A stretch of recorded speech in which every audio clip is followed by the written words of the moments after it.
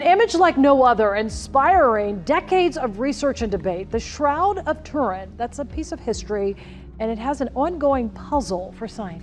The Shroud of Turin is one of the most studied, argued over, and mysterious relics in human history. For hundreds of years, millions of believers have regarded this ancient linen cloth as physical evidence tied to the crucifixion of Jesus Christ.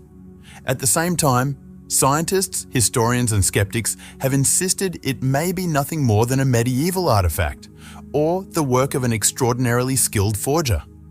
Generation after generation, the debate has never truly been settled, and the mystery has remained intact. Until now. For the first time ever, cutting-edge artificial intelligence, originally developed for medical imaging, forensic analysis, and historical reconstruction, has been applied to the Shroud of Turin in ways no previous technology allowed. What it revealed stunned researchers worldwide. This wasn't a matter of sharpening an image or improving clarity. The AI detected depth, structure, and astonishing precision hidden within the cloth, details that challenge everything we thought we understood. The AI uncovered hidden three-dimensional data within the faint image, details far beyond what the human eye could ever detect on its own. Using this information, it began reconstructing the face and body behind the mysterious imprint with remarkable accuracy. Before we go any further into this extraordinary discovery, make sure to subscribe to the channel for more clear, thought-provoking explorations into biblical history, prophecy, and cutting-edge scientific breakthroughs. Now, let's take a closer look at what this AI technology has revealed, and why its findings have left experts around the world stunned. The Shroud remains one of the most puzzling artifacts ever discovered, continuing to resist simple explanations. The Shroud of Turin is a burial cloth measuring over 14 feet long and roughly 3 feet wide. Imprinted on it is the faint front and back image of a man who appears to have been crucified. Unlike any known artwork, the image shows no brush marks, no paint, and no traces of pigment or traditional artistic methods. Even more puzzling, the image functions like a photographic negative, with light and dark values reversed, something no one recognized until photography emerged in the late 19th century. When the first photographic negative of the Shroud was developed, the image suddenly became strikingly clear. A detailed face, a full human form, and markings consistent with Roman crucifixion appeared, details far more vivid than those visible on the cloth itself. Over the decades, the Shroud has been examined again and again by scientists from many different fields. Some tests appeared to place its origin in the medieval period, while others hinted that it might be far older. Researchers discovered pollen from plant species found only in the ancient Middle East. Traces consistent with real blood were also identified, markers that don't align with any known painting technique or method of forgery. Rather than bringing clear answers, every new test seemed to deepen the mystery. Each discovery added another layer of complexity and sparked even more questions. And at the center of the debate remained one crucial problem. How was this image actually formed? Ancient civilizations lacked any technology capable of producing an image resembling a photographic imprint. The medieval world didn't possess such tools or scientific understanding either. Yet the Shroud exists. And with every modern study, its origin has become even more difficult to explain. This is where artificial intelligence enters the story. AI was not initially introduced to prove whether the Shroud was authentic or fake. Instead, it was brought in as part of a digital reconstruction effort. Researchers supplied high-resolution scans of the cloth to deep learning systems normally used in forensic reconstruction and digital archaeology, tools designed to extract information the human eye simply cannot see. What happened next stunned the entire research team. The image on the Shroud wasn't flat at all. It contained genuine, measurable, three-dimensional depth. When the data was processed, the image didn't distort or break apart the way ordinary photographs do when enhanced. Instead, The AI produced a complete 3D reconstruction of the man depicted on the cloth. Facial details such as the nose, eyes, cheeks, and beard emerged clearly, along with the shoulders, muscle structure, and even the most subtle body contours, all accurately positioned in three-dimensional space. This is something no painting, no medieval technique, and no known artistic method could ever achieve. Paintings, no matter how masterfully done, contain no built-in depth. True depth requires measurement and advanced imaging. Yet the shroud behaves less like artwork and more like a medical scan.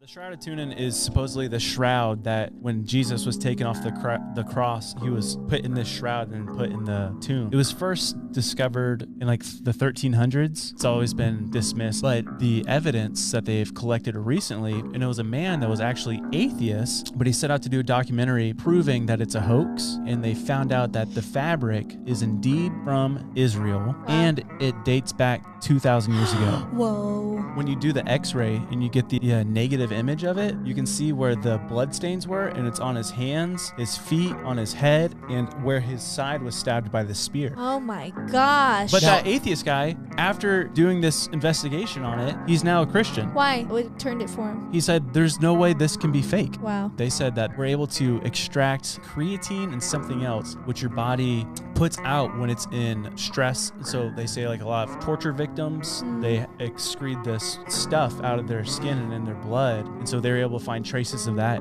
in it as well. Wow. And then they put it into AI and like made it look like this is what Jesus probably looked like. What's a widely debated religious icon in the spotlight? The Shroud of Turin, which some believe to be the actual burial cloth.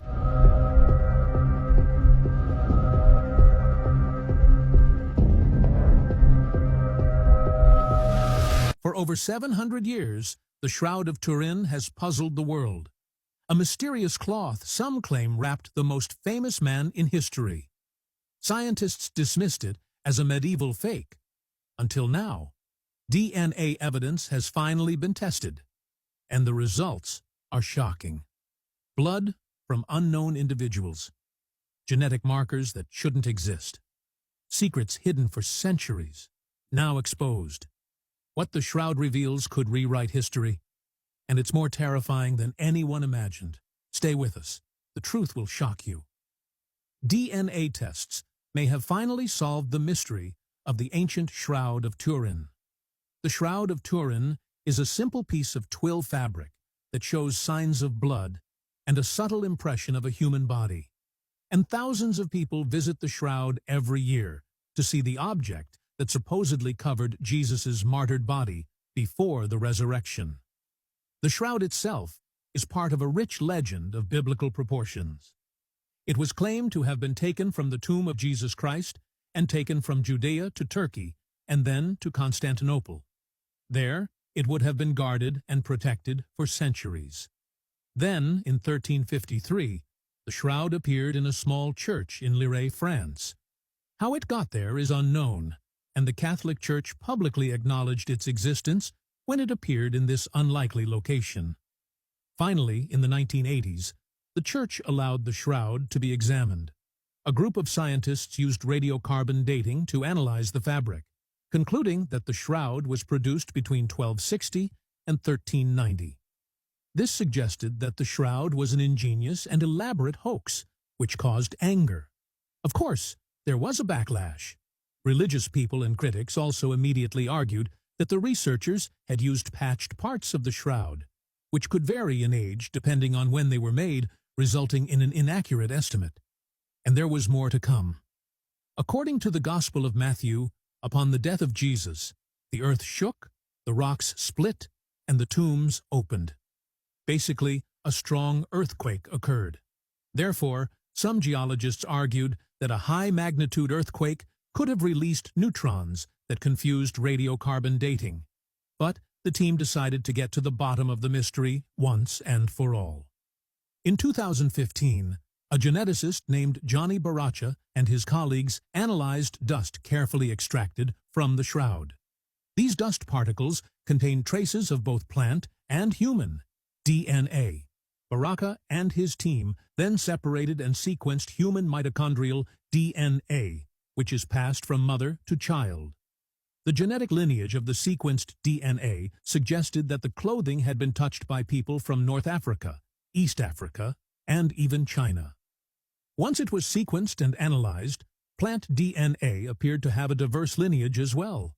Fragments of Mediterranean garlic, European fir trees, North American trees, and East Asian plum trees were present on the shroud.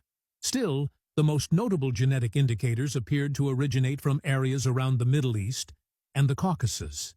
This could signal that the fabric came from an area close to the supposed tomb of Jesus Christ. According to Barasha, one of the most prominent haplotypes found in the DNA is likely to come from the Druze community, an ethnic group whose origins derive from areas of the Middle East. Interestingly, though, the oldest DNA fragments discovered on the shroud belong to genetic lineages found exclusively in India. This surprising finding strongly implies that the cloth was originally produced in India before later making its way to Europe, and even the researcher expressed doubt. In my view, it is hard to imagine that centuries ago different people, such as priests, monks, or nuns of Indian descent, could have come into contact with the shroud in France and or Turin, Baracha said during a 2015 interview. Not surprisingly, this became a major point of debate. Hugh Farley, an editor for the British Society for the Shroud of Turin newsletter, claimed these findings do not clearly resolve questions surrounding the shroud's authenticity. In your camera. Ooh, And trippy. Michael, yeah, I look Trippy, crazy. man. Look at the shroud, I'll, and you're going to see what Secondo Pia saw. Look at the face of the shroud right here. Yeah. Oh, man. I'm gonna take a picture. And you can trace the entire body. You're going to go down to the crown, you can go to the face, the chest, but go down to the nail prints in the wrist. You'll see the abrasions on the arm. You're seeing what Secondo Pia saw in 1898 in the dark room, where his two exposures took 14 minutes and 20 minutes on glass plates, and he never more appropriately, Michael, uttered the following three words when he saw the face: "Oh my God." Not in vain. Not in vain. Wow. So you're seeing what you believe is the negative, Michael, Yeah. but it's really the photo positive. Right, right. And I want you to look at the Because face. you can just see, I mean... May I? Please, yeah. Do you see the hair? Am I going to see your skeleton? Yes. Do you see the hair? Yeah. This is really cool. Revelation chapter 1, verse 14 says that Jesus' hair is white like wool. And the resurrected man of the shroud has white hair, just like Revelation chapter 1 says, Jesus in all his glory. You can do this with your boys. If you see the shroud, even on the computer screen, you could invert their tablets if they have one, Yeah. and you can have them see this. And by the way, while you have it in classic invert, and Yeah. it's color inversion for the Androids, you can see the back, you can see the abrasions on the shoulders that go at a diagonal shape down to the left shoulder. You can see all the whipping. The blood really pops out, especially the post-mortem blood. And again, you're seeing it. It's like you have X-ray vision right now. And this is the powerful part that kicked off modern scientific exploration of the shroud. You say, JJ, when did the research begin? It began with Secondo Pia in 1898 when this photo came out. And then more higher resolution for their time, the Henri 1930s photos came out. And that's what C.S. Lewis has in his bedroom. You know, I love these little winks of providence. This Yes. might be a little bit of a bigger wink of providence, that when you mention something like his white hair, that's a little wink, you know. What does that mean? You know, the Christian view is so rich in symbols, and Yes. that you say, You better believe it. you know, and even the notion that one would not be able to decipher the shroud for 1800 Right. plus years Until until photography. photography is invented. It's like God knew this would happen in the future. He knows eternity. Almost as if. I'm calling it now a controlled revelation tied to technology as we get closer to the second coming of Jesus Christ. We're getting closer every day. And we shouldn't be surprised based on the archaeology. If the resurrection of Jesus really happened, and we believe it did with all our hearts, Yep. there should be evidence like this. Of course. Of course. And how do you fake it? Yeah.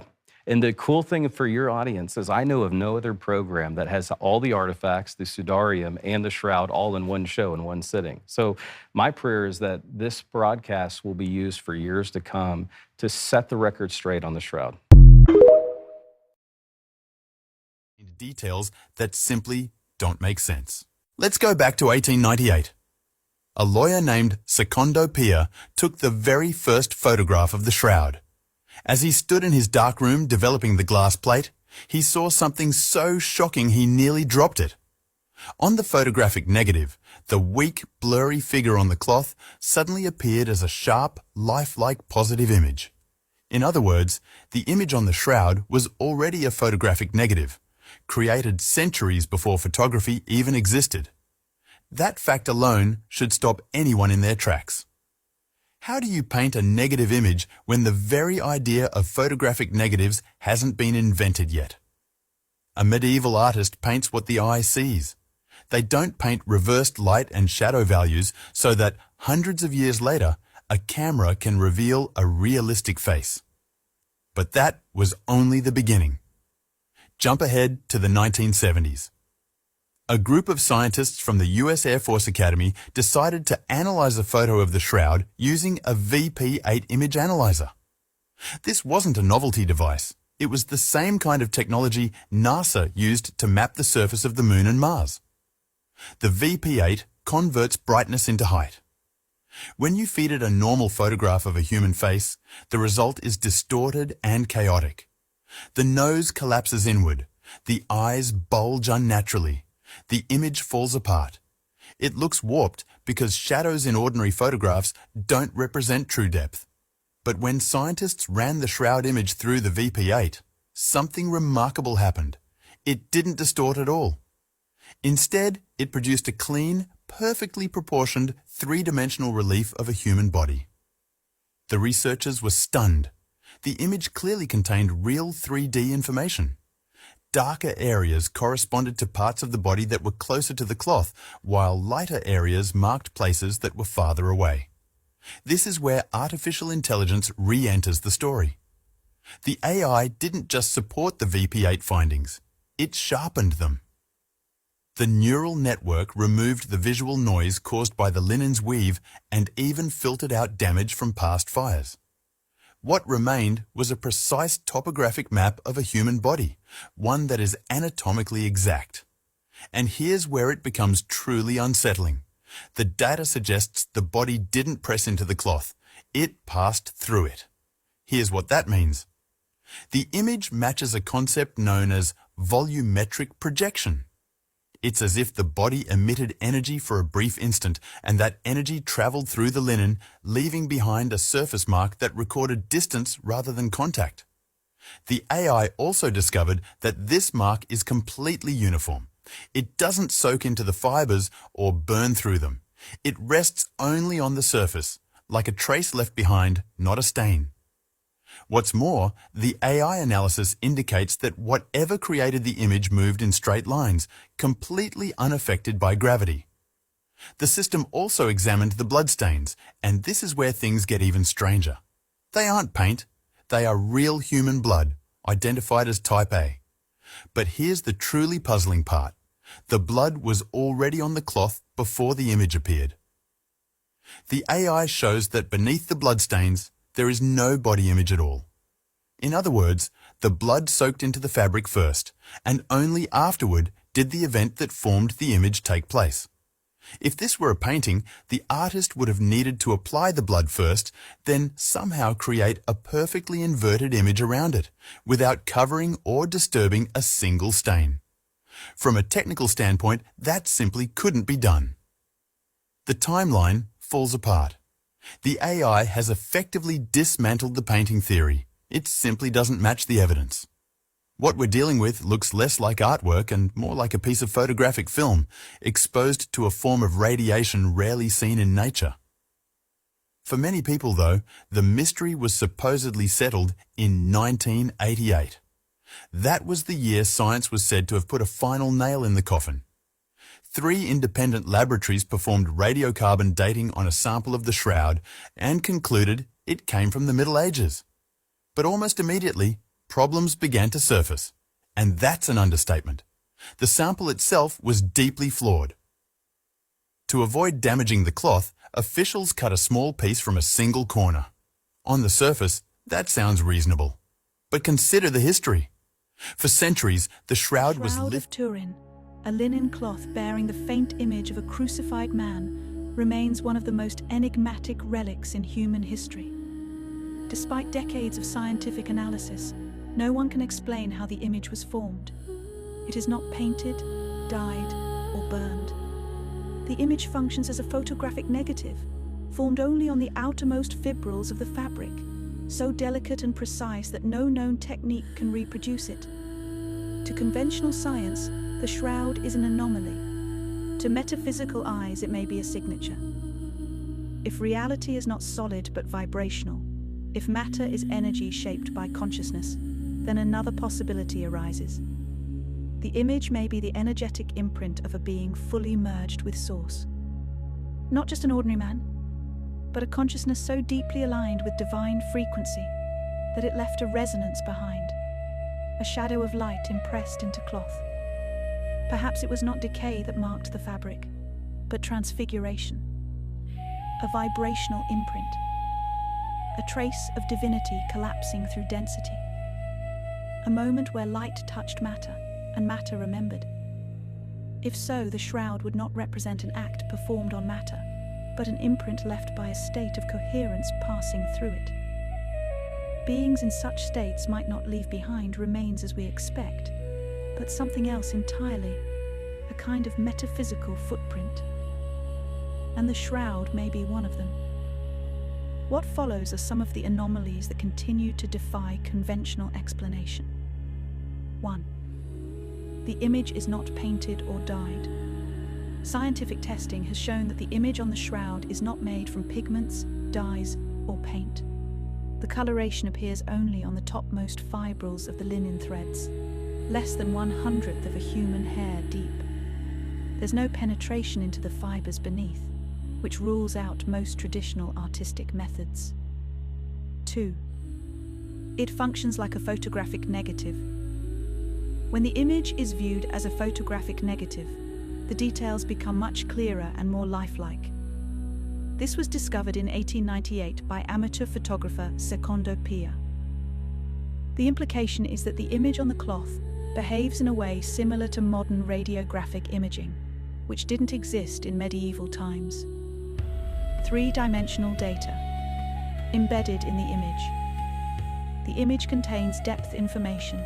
Brightness corresponds to body to cloth distance.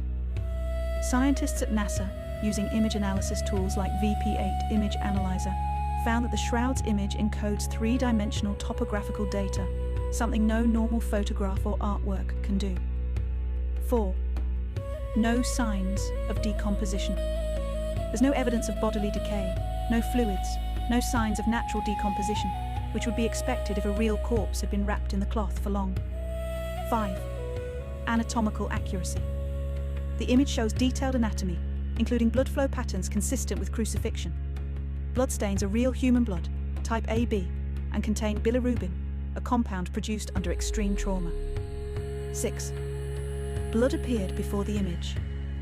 The bloodstains on the shroud fluoresce under UV light, indicating they were on the cloth before the image was formed. This suggests the body image was formed after the blood was already deposited. 7. Lack of directionality in the image. The image doesn't show brush strokes or any directional application. It appears to have been formed by some radiation or energy burst that emanated from the body uniformly. 8. Inconsistent with known reproduction techniques. No one has successfully reproduced all of the shroud's features, especially the superficial image, 3D encoding, and blood details, using medieval or modern methods without introducing signs of forgery. 9. Radiocarbon dating controversy. A 1988 radiocarbon test dated the cloth to the 13th to 14th century, but the sample used may have been from a medieval repair patch, not the original linen. Independent textile experts and new tests, e.g. chemical and spectral analysis, have cast doubt on that dating. 10. Pollen and dust matching. Ancient location studies have found pollen grains and dust particles from plants and regions native to ancient Palestine, Turkey, and the area around Jerusalem. This suggests the cloth may have been in the Middle East at one point. These anomalies continue to fuel debate. Whether one sees the shroud as miraculous, misunderstood, or misdated, it remains scientifically unexplained. Regardless of origin, one question lingers. What kind of energy could imprint a full-body image onto linen in such detail? An image that behaves more like light than pigment?